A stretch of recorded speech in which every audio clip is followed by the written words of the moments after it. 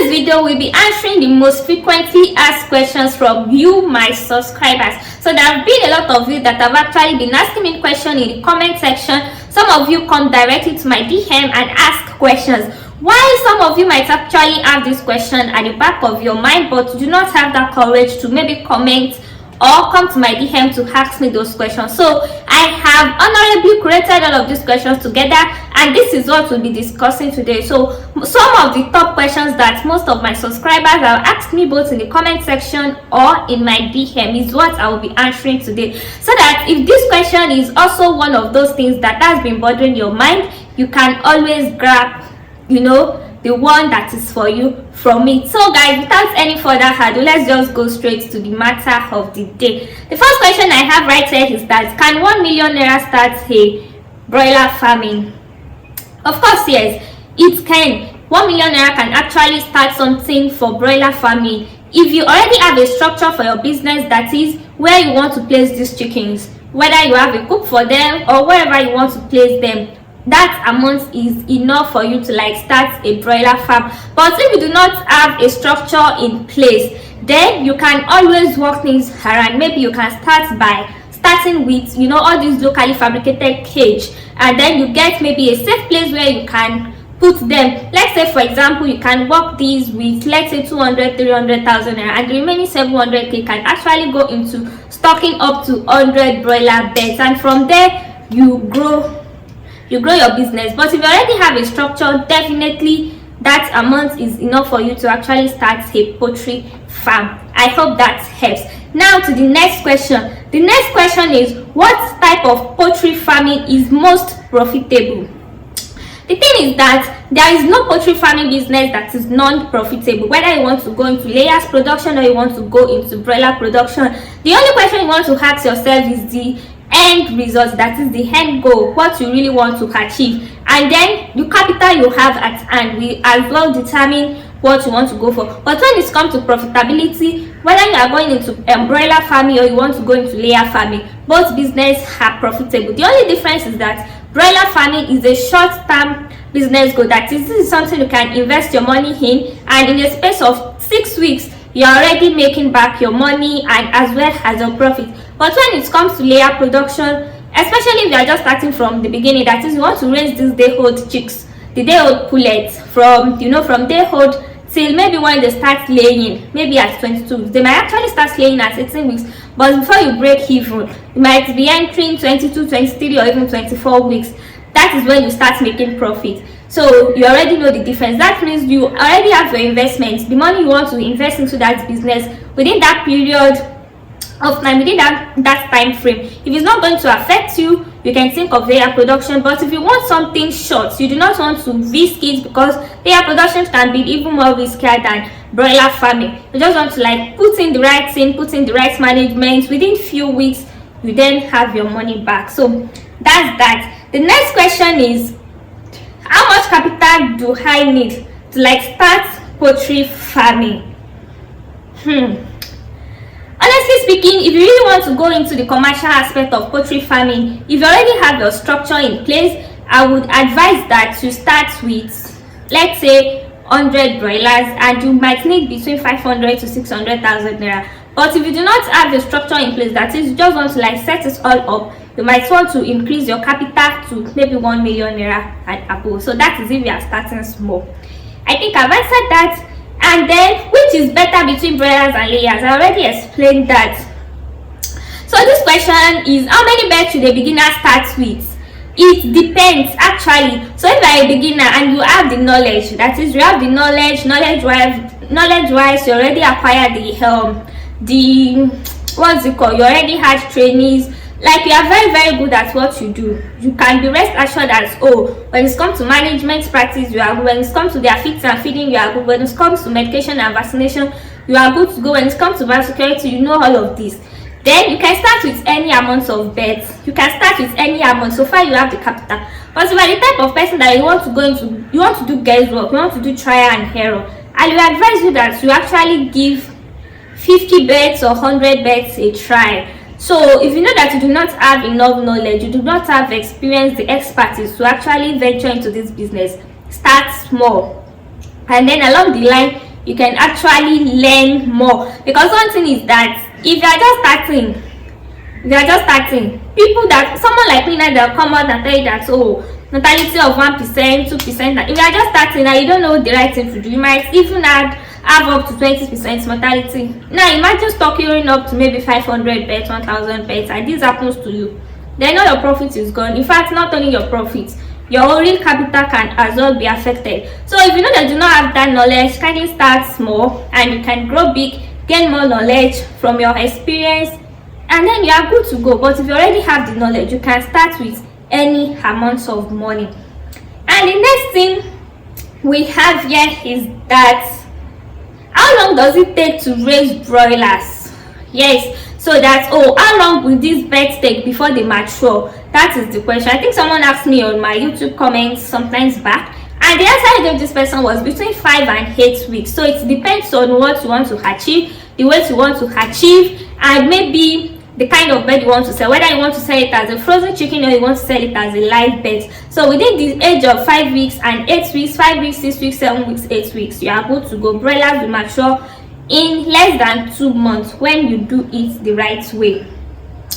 So that being said, the next question right here is that, oh, what is the best feed for broiler birds? In fact, I get asked these questions a lot. A lot of people ask me that, oh, which feed is the best, this and that. Because I use Optima for my broilers, is Optima only the best feed? In fact, I use wide range of feed. I use Optima, I use chicken, I use Adva. Like, it doesn't matter the kind of feed you are using. What matters, so far you are buying from a reliable brand. That is, you are getting it from a brand, a company, not just someone that tells you that, oh, I know how to formulate feed, I formulated this feed myself, help me buy it. Something like this. The same thing happened to me sometimes back when someone, it's a feed mill actually, they told that, oh, they are making their own feed, and I asked them, can you provide me with the nutrient requirements of your feed so that I can be sure of what I'm buying? These people don't even know what nutrient requirements is. So how then did you come up with making feed? Probably they get a feed formula somewhere and they use it to like formulate that feed and they are selling it to people. Whether the feed is good or not, I don't know. But so far you are getting your feed from a brand and it means the nutrient requirements that those animals need. There is no bad feed. You can use any feed. Oh, people tell you, oh, this feed is the best, New York is the best, CF is the best, this and that. Like, I can use any feed. So far it meets the nutrient requirements that I am looking for. I am not a brand ambassador for any feed. I hope that is clear. Now the next thing is that, how much feed does a broiler consume? I think I have a wide range of videos on my channel that already explain that. So if this is something that interests you, you can want to like go check out my videos on my YouTube channel. I have up to 2, 3, 4 videos on this particular topic, that is how much feed does your broilers require. So guys, that's just it. But for let me just answer this. Your broilers require between 3.5 to 5 kg of feed. So it now depends on how many weeks you want them to stay. Maybe 5 weeks, 6 weeks, 7 weeks, you get. So between 3.5 kg to 5 kg of feed, that is what your birds require.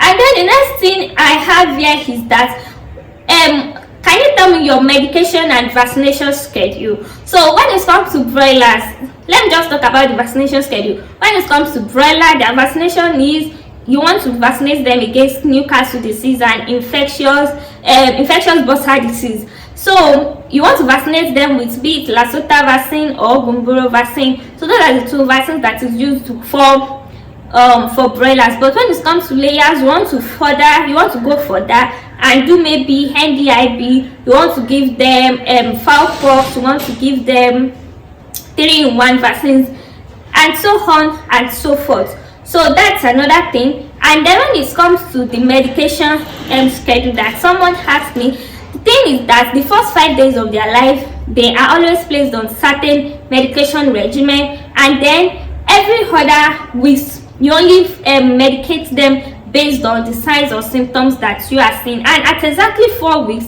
before we call our birds, we stop any form of medication and they are placed on water only. So if by that time they actually have any challenge, maybe any disease challenge or disease outbreak, we will medicate them, but we will extend our calling period. So that is how we do it here.